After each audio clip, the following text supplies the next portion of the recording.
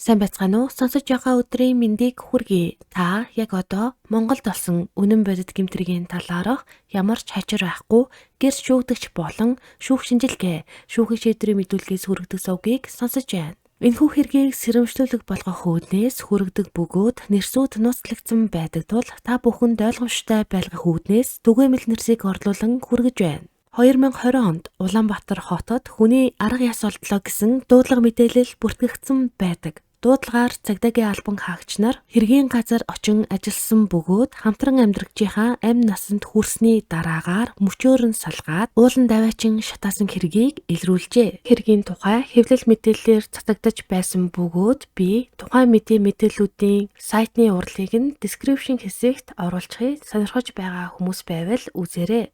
Ингээд шууд хэрэгтэн орцгоё. Шүүгдэгчийн хувийн мэдээллээс хэрэгээ эхлүүлцгээе. Шүүгдэгч Доржин Монгол улсын иргэн 1980 онд Дорногов аймагт төрсөн тухайн хэрэг үйлдэх үедээ 40 настай байсан. Эрэгтэй, бүрэн дунд боловсралтай, хүнд машин механизмын оператор мэргэжилтэй эрхэлсэн тодорхой ажилгүй. Ам бүл 3 аав ээжийн хамт Баянзүрх дүүрэгт орсон суудаг, ял шийтгэлгүй хэрэг хариуцах чадвартай гэсэн байна. Холбогдсон хэргийн талаар дуртахад шүүгдэгч Доржин 2020 оны 8 дугаар сарын 6-ны өдрөөс 7-ны өдрийн хооронд согтууруулах хундааны зүйл хэрэгэлсэн үедээ Баянзүрх дүүрэгт байрлах нийтийн байрны 5 тоотод хамтран амьдрагч Сарагийн амь насанд онц хэрцгий аргаар гэр бүлийн хүчирхийлэл үйлдэн алсан гэмт хэрэгт холбогджээ.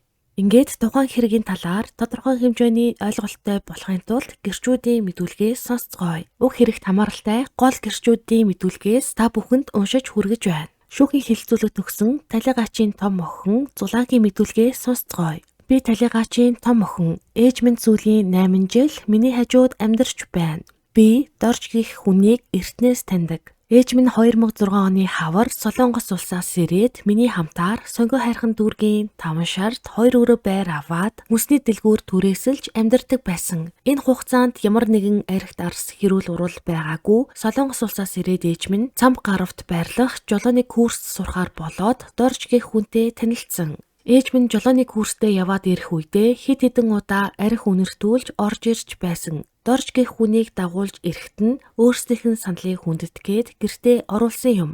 Анх гэрт минь орж ирэх үедээ сайхан зүйлс хэлдэг байсан. Дорж хүний нүрэн дээр их сайхан ааштай. Тэр үеэс хойш ээжийг архинд уруу татсан. Ээж минь Солонгос улсад 10 жил амьдралынхаа төлөө миний аавтай хамт зүтгэж хүний нутагт хар бор ажил хөдөлмөр эрхэлж ирсэн. Дорж гих хүнтэй учирснаас хойш ээж минь амьдрал оронгороо эргэж эцэс сүултээ амин байхгүй болсон байна. Миний ээж арх уудаг байсан боловч сүүлийн 3-аас 4 жил архитны хамаарлаа зогсоё гэж өөрөө их хичээж баг-багаар өөрийгөө эмчилж чадаж байсан. Би 4 охинтой залуу ээж хүн. Миний ээж миний үгнээс гардаггүй байсан. Намайг ажил хийж байх үед ээж хүүхдүүдийг минь хараад ар гэрийн асуудлыг жин там болгодог байсан. Ажлаас тараад ирэхэд гэр орон минь цэвэрхэн, хүүхдүүд минь татгалан ямар ч асуудалгүй байлгадаг байсан. Би найз нөхөдтэйгөө уулзах үедээ болон ажиллаа хийх үедээ тайван амгалан байдаг байсан. 7 дугаар сарын 29-ний өглөө би ээлжийн ажилдаа явхад ээж минь санаа зовлтгүй. Ээж нь хүүхдүүдийг нь хараад байж бай гэж хэлсэн. Би ажилдаа юу ч бодоогүй сууж байх үед Дорж ах сүхээ гих найзтайгаа гэрийн гадаа ирээд ээжийг дуудаж авч явсан байдаг.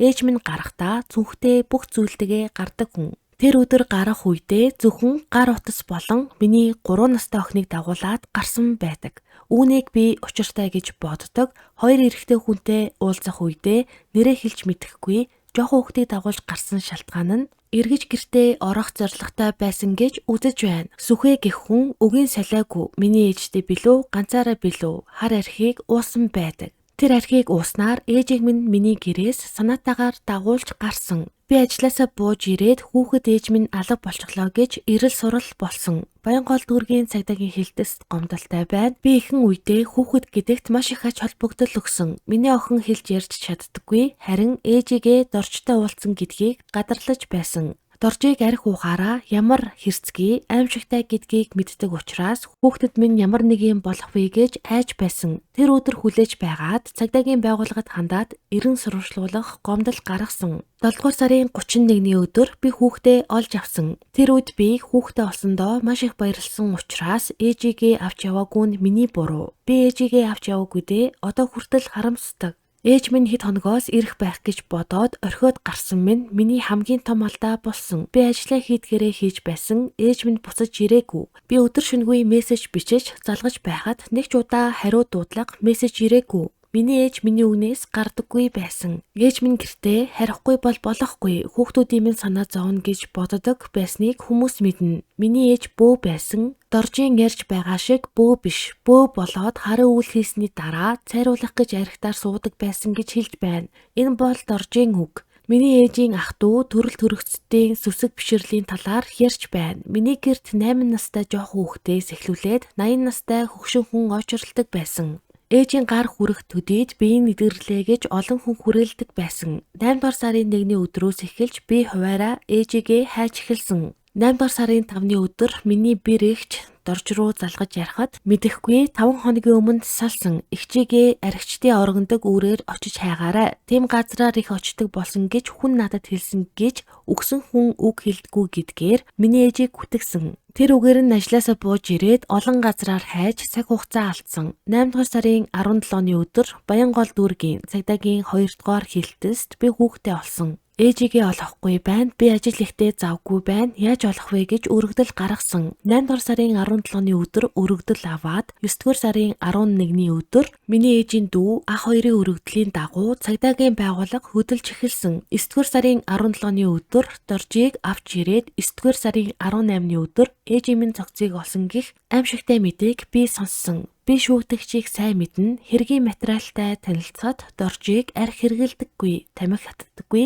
гэмт хэрэгт холбогдож байгаагүй гэж хар зүйлгүй. Энхийн цагаан тагтаа мэтээр мэдүүлсэн байдаг. Ингэж худлаа ярьж болохгүй. Ээж минь машиныг мөргөлдүүлж олон сая төгрөгийн өрөнд оруулаад ээжийг зодож байсныг баримтжуулж аваагүй нь миний буруу. Баримтжуулж авсан зүйлийг устгаж байсан үе бий. Цагдаагийн байгууллагад хандхад ээжиг минь гомдолгүй гэж хэллгээд гомдолгүй болгоод хоёр тийшээ салдаг. Цагдаагийн байгууллагад регистрийн дугаарыг шивхэд хэдэн удаа хэрэг төвөгт холбогдож эрүүлжүүлэхэд орсон нь гарч ирдэг байлтай. Их сургууль төгссөн бичиг соёлын боловсралтай хүмүүст хичээл заадаг гэж байж ийм хэрцгий гэмт хэргийг миний ээж дээр яагаад хийж байгаа юм?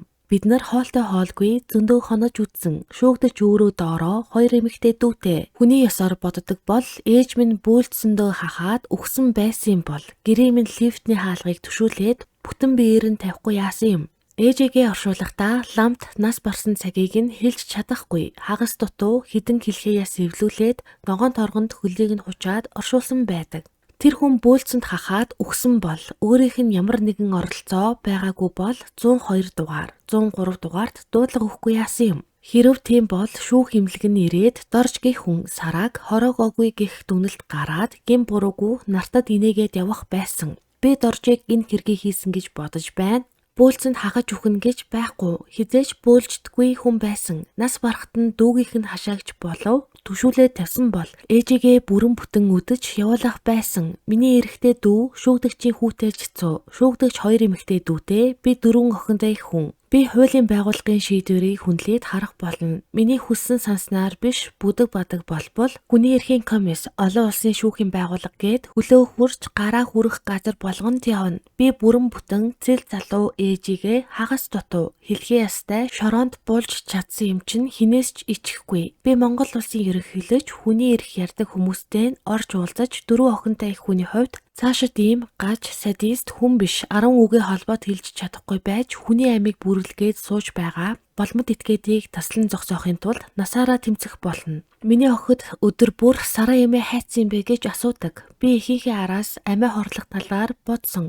4 хүүхэдтэй 8 нүд намайг харж байгаа учраас хэлхээ ясан дээрээ арсаа тохоод хүн харахад бүтэн зогсож байна. Би хамт байсан мэтээр мэдэж байна. Хүүхдүүд чинь ирээд явлаа гэсэн шүүгдэгчийн явган хэрүүлээс болж Ээж минь өмөрч хэрүүл болж цохиж унагсан санаатай болон санаандгүй байдлаар гар хүрч амийг нь бүрлгэж түүнийгээ нуун дарагдуулж цаг хугацаа алдуулсан. Санаатай болон санаандгүй байдлаар ээжид минь гар хүрч амь насыг нь бүрлгэж үе мөчөөр нь салгаж шатааснаа заагаа зогсож байсан гэмт хэрэгтэн. Сүхээ гэх хүн орон байраар хангасан, унаа тэргээр үйлчилсэн, хамт аригдсан. Би сүхээг доржоос айдаг гэж бодож байна. Атганд нь байдаг учраас бүх зүйлээр үйлчилсэн. Сүхээ гэх хүний машинаас маш их цус илэрсэн байсан. Шүү хэмлэг малын цусуу, хүний цусуу гэдгийг дотоогоогүй. Мөрдөгч сүхээ гэх хүнээс ямар учиртай цусны толбэ гэдэг байдлаар мэдүүлэг аваагүй. Сүхээг шууд болон шууд бус байдлаар оролцоотой гэж үздэг. 60 кг-аас 70 кг амьгүй болсон хүний махыг ганцаар үүрээд гарна гэж байхгүй гэх мэдүүлгийг өгсөн бөгөөд дахин мэдүүлэг өгөхдөө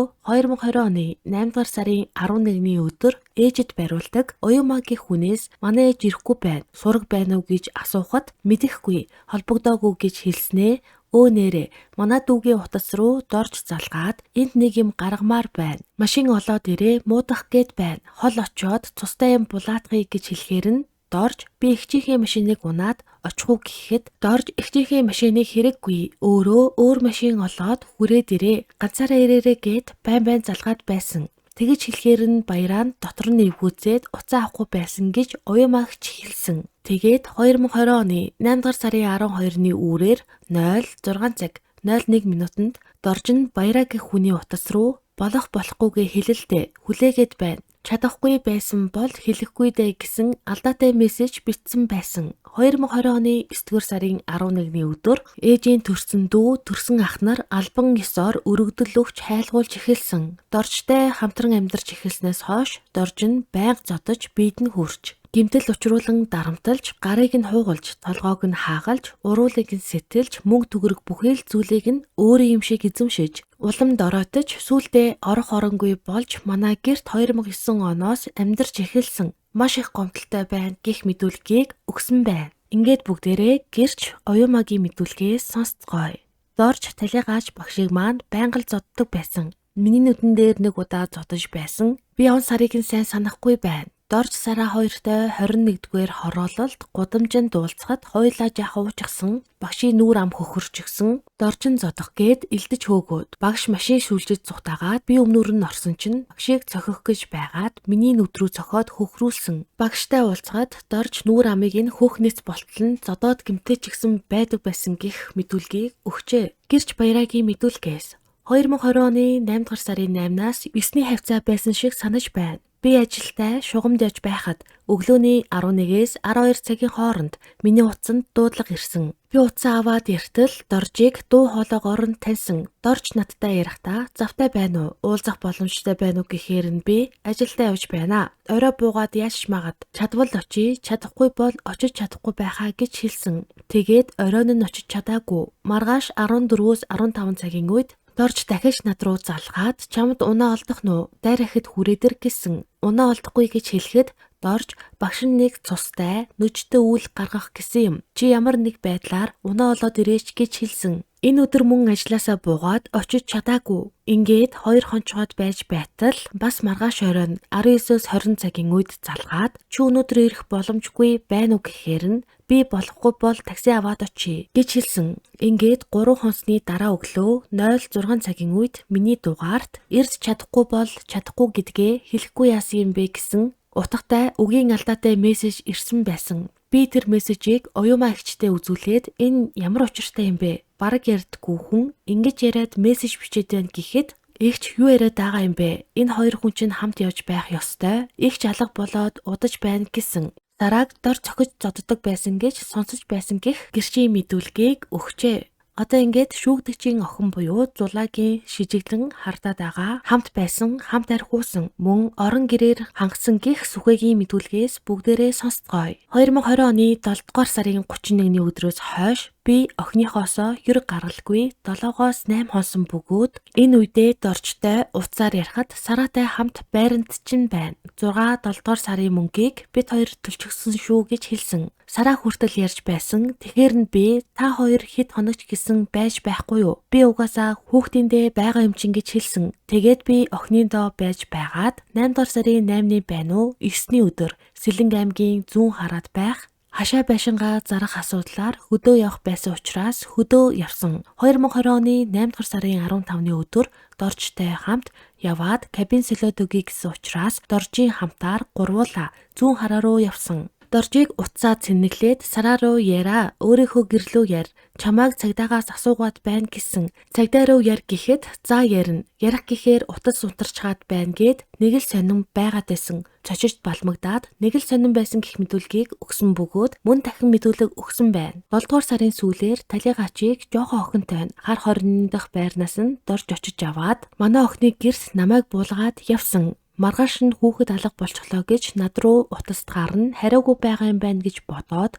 дорж руу залгахад утсаа аваагүй. Би талигачийн ар гэрийн хүмүүстэй очиход талигач дорж 2 байсан. Талигачийн ар гэрийн хүмүүс хүүхдээ авч яваад талигач дорж 2 үлдсэн. Би байрны төлбөрөө төлөөгүй байсан учраас байрны эзэн таны машиныг өгмөөргүй байна гэж хэлсэн. Би 2 сарын түрээсийн төлбөр өгөөгүй байсан. Гуйж байгаад машин аваад явсан. Талигач дорж 2 орох оронгүй. 2 сарын төлбөрийг бид төлөөд төр байж бай гэж гуйгаад байхаар нь гудамд хаялтай биш гэж бодоод гэрийнхээ түлхүүрийг үлдээгээд машин аваад явсан. 8 дугаар сарын 3-ны өдөр охинтойгоо зүүн хараа явсан. 8 дугаар сарын дундуур найзынхаа машиныг засуулгаар кабин авах гэж ирсэн. Чулуун овоотын ойролцоо орж ирээд найз бит 2 машин олигтой барьж чадахгүй байсан болохоор доржтой ярихад завтай байна гэж хэлээд хамт явсан. Доржоос кабин сольж чадахгүй гэж асуухад чадна гэж хэлээд зүүн хараа авч явсан. Энэ үеэр манай охины гэрт цагдаа ирээд хайсан гих зүйл ярьсан. Би доржоос чи хэрэг төвөг тарьсан уу гэхэд үгүй гэсэн. Сараа гэж хүн алга болсон юм шүү гэхэд эгчийнх рүүгээ билүү ахынх руугаа явсан. Утас нь холбогдохгүй байгаа гэж хэлсэн. Би доржид хот руу очиж уулзахгүй юм уу?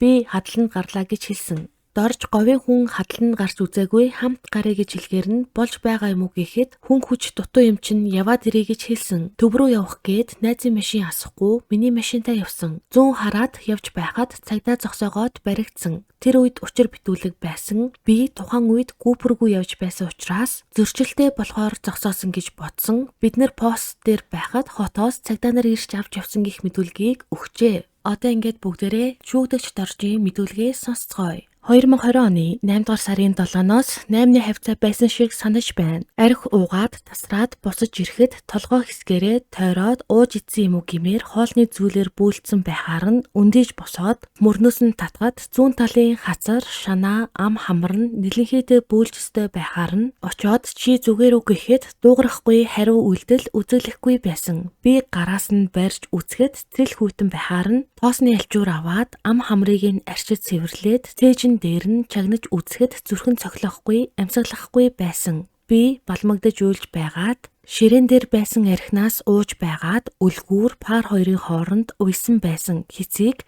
үлгүүрийн хэсгээр нь хутгаар тастаад партай хэсгээс нь уг тахилгааны утсаар өөрийгөө бооход боолд ороод ухаан алдсан. Нэг сэрэхэд би газар хөвтчихсэн, хоолоод байсан уяа дээгүүрээ парны доод хэсгэрээ тасарчихсан байсан. Яана гэж бодож байгаад архиа уугаад талигачийн цогцыг аваачиж хаяа гэж бодоод сүхэгийн гэрт байсан сундаг цүнхийг аваад цогцыг хийх гэтэл багтахгүй болохоор нь гал тогооны тавиур дээр байсан хутганы томоос арай жижигийг нь аваад хөлөөс нь мөчлөх гээд өвдөгний хэсгээр нь салгах гэтэл хутга дийлэхгүй байхаар нь хамгийн том хутгийг аваад эхлээд зүүн талынх нь өвдгийг мөчилсөн. Дараа нь баруун талынх нь өвдгийг мөчлөөд хоёр гарынх нь зүүн талынх нь мөрийг талаар нь салгаж байснаа санаж байна. Сүүлд нь бүсэлхийн хэсгээр нь хутгаар нь зүсэж нурууг нь хатсан. Ингээд мөчлөөд цүнхэнд хийж үзэхэд багтгаар нь цахилгаандаад гадуур нь нөгөө цахилгааны утсаараа нэг ороогоод хүнжил хивс хоёроо нэг нэгээр нь ээлжилж байр нуурд талын хогийн цэгэн дээр хайсан. Саарал өнгийн Японд хэрэг бариад жолоочоос нь хөдөөнөөс мах ирсэн. Баян хошоо орё гэж хэлээд байрандаа авчирсан. Цүнхтэй цогцоо аваад машины багажинд хийхэд багтаж байсан. далан давхрын эсрэг талын сод Монгол шиг санаж байна. Колонкос 5 литр бензин усны савндаа эмэгтэй түгээгчээс гуйж байгаад авсан. Жолооч замдаа явж байхдаа муухай өндөртөд байна гэхээр нь хонины мах муудчихсан байна. Шатаа шаяхгүй бол улааны бузар гэж байдаг. Ах нь өөрөө бөө гэж хэлсэн. Би наад тавиараа эргэчих гэж хэлээд дээшээ уул өгсүүлж явсаар байгаад цогцыг зааж өгсөн газартаа очисон. Намайг цогцыг өргөж байхад их хүнд байсан тул би чирээд доош уруудаад жалганы дээр хэсэгт 10 орчим метрийн зайд тавьж орхиод буцаж ирж машинаас бензинээ авсан. Жалга руу харахад уус тогтсон байхаар нь цүнхэн дээр бензинээ асгаж байгаад гал тавьсан хэмээн хэрэгээ мэдүүлсэн байна. Талигаачийн цогсост хийсэн шинжилгээний дүгнэлтээс сонсцгооё. Хэргийн газрын үзэлгээр жалганы зүүн ирэмгээс баруун тийш 2 м 40 см-ийн зайд, хойд ирэмгээс урагш 45 см-т, урд ирэмгээс хойш 1 м 70 см-ийн зайд гавлын яс, цээжний яс болон 2 далны яс илэрсэн байна. Арга яс байсан газраас баруун тийш 50 м-ийн зайд 2.5-ыг хүрчгэн 5 см-ийн хэмжээтэй ясны хэлтэрхий. Мөн 10-ыг хүрчгэн 1.5 см-ийн хэмжээтэй яс олдсон бөгөөд хүний яс болох нь тогтоогдсон. Үүнээс гадна арга яс олдсон газраас баруун тийш 35 м-ийн зайд орших өөр нэг жалганаас гарын буугалга шүүний холбоотой яс олдсон байна. Олдсон бүх яс нь нэг хүнийх байх боломжтой бөгөөд эмэгтэй хүний арга ясны хэсэг болох нь тогтоогджээ. Шинжилгээгээр дараах гэмтлүүд илэрсэн байна.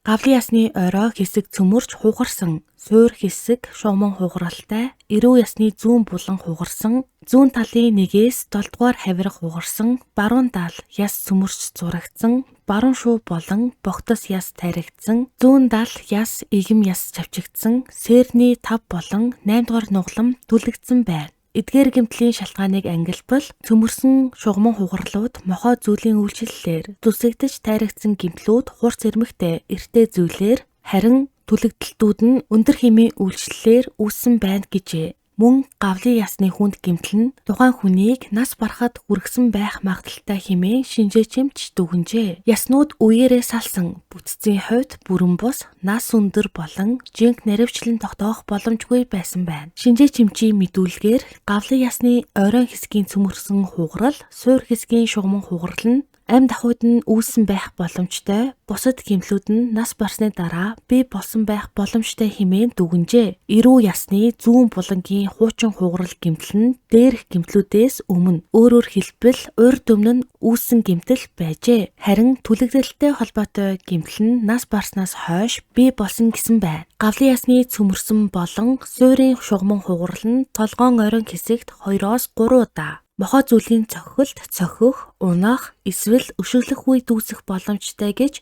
шинжээчимч тайлбарласан байна. Хэргийн газраас олдсон хүний зөөлөн эдийн ДНХ-г шинжилж, зулаагийн ДНХ-тэй харьцуулахад тухайн эд нь цараагийнх байх магадaltaй бөгөөд зулаагийн биологийнх байх нь боломжтой нь тогтоогдсон. 2020 оны 10 дугаар сарын 22-нд шүүгдэгчид сэтгцийн шинжилгээ хийхэд шүүгдэгчд орчин ямар нэгэн сэтгцийн өвчин байхгүй, тэрээр болсон хэргийн талаар үнэн зөв мэдүүлэх чадвартай, бусдад өөрийгөө ойлгуулах чадвартай, хэрэг үйлдэх үедээ сэтгэл санааны цочрол, давчталд ороогүй. Тийм учраас шүүгдэгч доржийг хэрэг хариуцах бүрэн чадвартай хэмээн дүгнсэн. Шүүхээс доржийг амь хохирогчийн толгой руу цохин алж дараа нь цогцыг мөчөлж шатаан нуун дарагдуулсан ч энэ нь он сайргас хэрцгий аргаар алсан хэрэг тооцогдохгүй гэсэн дүгнэлтэнд хүрсэн юм. Шүүхээс гаргасан шийдвэрээр шүүгдэгч доржин гэр бүлийн хүчирхийлэл үлдээж хүнийг санаатай хөнөөсөн гэмт хэрэгт буруутай гэж тооцжээ. Түүнд 20 жилийн хорих ялыг оноосон бөгөөд тухайн ялыг хаалтай хорих ангид эдлүүлэхээр тогтсон байна. Урьдан цагдан хоригдсон 179 хоногийг ялын хугацаанд оруулан тооцжээ. Мөн шүүгдэгч нь хохирогчийн хууль ёсны төлөөлөгчөд 12 сая 700 мянган төгрөгийн нөхөн төлбөр өгөхөөр шийдвэрлсэн байна. Хэрэгт эд мөрийн баримт болсон бүх зүйлсийг цүнхний тасархай шатсан эд зүйлс хутга гэх мэт зүйлүүдийг шийтгэх тогтоол хүчин төгөлдөр болсны дараа устгуулгаар шийджээ.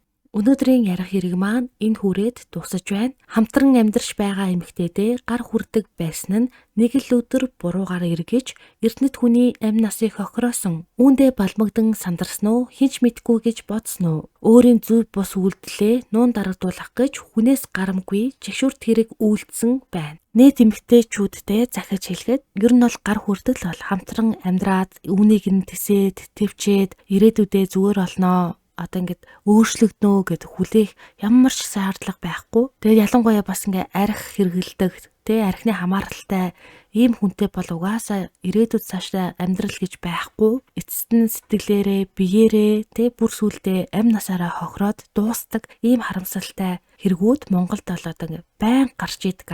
Тийм болохоор суух хүнээ, хамт амьдрах хүнээ зөв сонгоорой гэж хүсмээр байна. Дараагийн дугаар хүртэл түр баяртай.